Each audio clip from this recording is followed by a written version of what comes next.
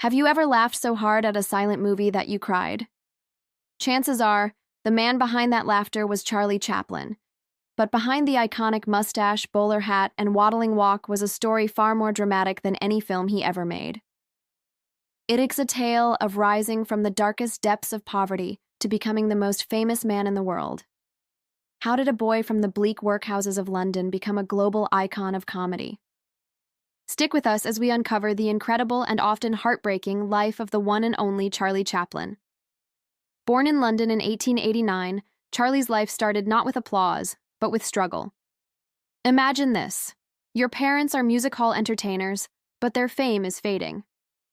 His father, a talented singer, battled alcoholism and was largely absent. His mother, also a singer, saw her voice and her mental health tragically decline. The stage lights that once promised a bright future instead cast long, dark shadows over their family. Young Charlie and his half-brother Sidney were thrust into a world of extreme poverty, a stark reality that would later fuel his most profound cinematic creations. At just 7 years old, Charlie was separated from his mother and sent to a workhouse, a grim institution for the destitute. Life there was harsh, a monotonous cycle of discipline and deprivation. He later described it as a desolate existence, where children were treated as numbers, not names. But even in this bleak environment, a spark of resilience flickered within him. He learned to observe, to mimic, and to find the absurdity in sorrow. These early experiences of hardship planted the seeds for his future characters, particularly the one that would make him immortal, the tramp.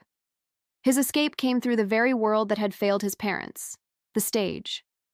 At the tender age of 8, he joined a clog dancing troupe. He was a natural. Performing was in his blood, and the stage became his sanctuary and his school. He toured the music halls of Britain, honing his craft, learning the precise timing of a gag, and the subtle art of connecting with an audience without saying a single word. He was determined not to repeat his parents' fate, but to conquer the world they had only glimpsed. This relentless drive would soon lead him across the Atlantic, to a new, flickering medium called moving pictures. In 1908, Chaplin set sail for America with the prestigious Fred Karno comedy troupe. He was an instant hit. American audiences were captivated by his unique brand of physical comedy. While touring, he caught the eye of Mack Sennett, the head of Keystone Studios, the epicenter of slapstick comedy in the burgeoning world of Hollywood. In 1914, Sennett offered him a contract. Charlie Chaplin had arrived in Hollywood, but his most significant creation was yet to be born. The world was about to meet a character who would change comedy forever. It was on a rainy afternoon at the Keystone lot that the tramp was born, almost by accident. Rummaging through the costume department, Chaplin grabbed a pair of baggy trousers, a tight coat, oversized shoes worn on the wrong feet, a small bowler hat, and a bamboo cane. To complete the look, he trimmed a piece of a fake mustache and stuck it under his nose.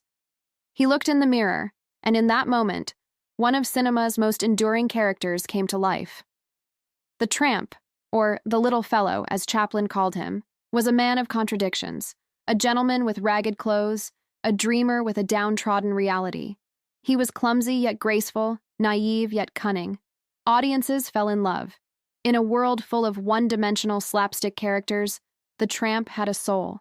He represented the underdog, the forgotten man struggling against authority, poverty, and sheer bad luck, yet always maintaining his dignity. In 1921's The Kid, Chaplin blended comedy with heartbreaking pathos, telling the story of the tramp who finds and raises an abandoned child. The film was a massive success, proving that comedy could be more than just pratfalls. It could be profoundly moving. People weren't just laughing at the tramp, they were rooting for him, crying with him, and seeing a piece of themselves in his struggle. As Chaplin's fame exploded, he took complete control of his art. He wasn't just an actor, he was a director, writer, producer, editor, and even composed the musical scores for his films. This total artistic control was unprecedented. In The Gold Rush, from 1925, he created iconic scenes like the Oceana Roll dance with 2 forks, and bread rolls, and the terrifyingly funny illusion of his cabin teetering on the edge of a cliff. He pushed the boundaries of what film could do, using comedy to explore serious themes. Then came the 1930s and the arrival of sound in movies, the talkies. While the rest of Hollywood rushed to embrace dialogue, Chaplin resisted. He believed that the tramp's magic lay in pantomime, a universal language that transcended cultural barriers. In modern times, from 1936, he masterfully used sound effects and music, but kept the tramp mostly silent. The film was a brilliant satire on the dehumanizing nature of industrialization, with the famous scene of Chaplin being fed through a factory machine. It was a bold statement and a testament to his artistic vision. But his most audacious film was yet to come. In 1940, as the world stood on the brink of war and Adolf Hitler's power grew, Chaplin did something unthinkable. He made The Great Dictator. In this, his first true talking picture, he played a dual role, a humble Jewish barber who looks identical to the ruthless dictator Adenoid Hynkel, a blatant parody of Hitler. It was a dangerous move. Many advised him against it, but Chaplin felt a moral duty to use his platform. The film culminates in one of the most powerful speeches in cinema history, where the barber, mistaken for the dictator, delivers an impassioned plea for humanity, peace, and democracy. It was Chaplin the artist and Chaplin the humanist merging into one powerful voice. Chaplin's outspoken political views and messy personal life made him a target in post-war America.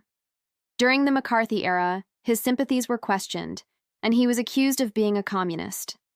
In 1952, while traveling to London for a film premiere, he was informed that his re-entry permit to the United States had been revoked. Heartbroken and betrayed by the country that had made him a star, he chose not to return. He settled in Switzerland with his wife, Una O'Neill, and their children, where he would live for the rest of his life. He continued to make films, but the magic of his Hollywood years was a chapter closed. 20 years after his exile, America finally made amends. In 1972, the Academy of Motion Picture Arts and Sciences invited him back to receive an honorary Oscar. When he walked onto the stage, the entire Hollywood elite rose to their feet, giving him a 12-minute standing ovation, the longest in Oscar history. With tears in his eyes, the little tramp, now an old man, was finally welcomed home. Chrlie Chaplin passed away on Christmas Day in 1977, at the age of 88. But his legacy is immortal. He did more than just make people laugh. He elevated comedy to an art form. He showed us that behind every smile, there can be a tear, and that within the greatest sorrow, there can be a glimmer of hope. His films are still studied, celebrated, and loved worldwide, his universal themes of humanity and resilience as relevant today as they were a century ago. The boy from the workhouse not only conquered Hollywood, but also captured the heart of the world. Thank you so much for joining us on this journey through the incredible life of Chrlie Chaplin. Who is another historical figure you'd love to see us cover? Let us know in the comments below. And if you enjoyed this story, please give us a thumbs up, subscribe to our channel, and hit that notification bell so you don't miss our next deep dive into history. Thanks for watching, and we'll see you in the next video.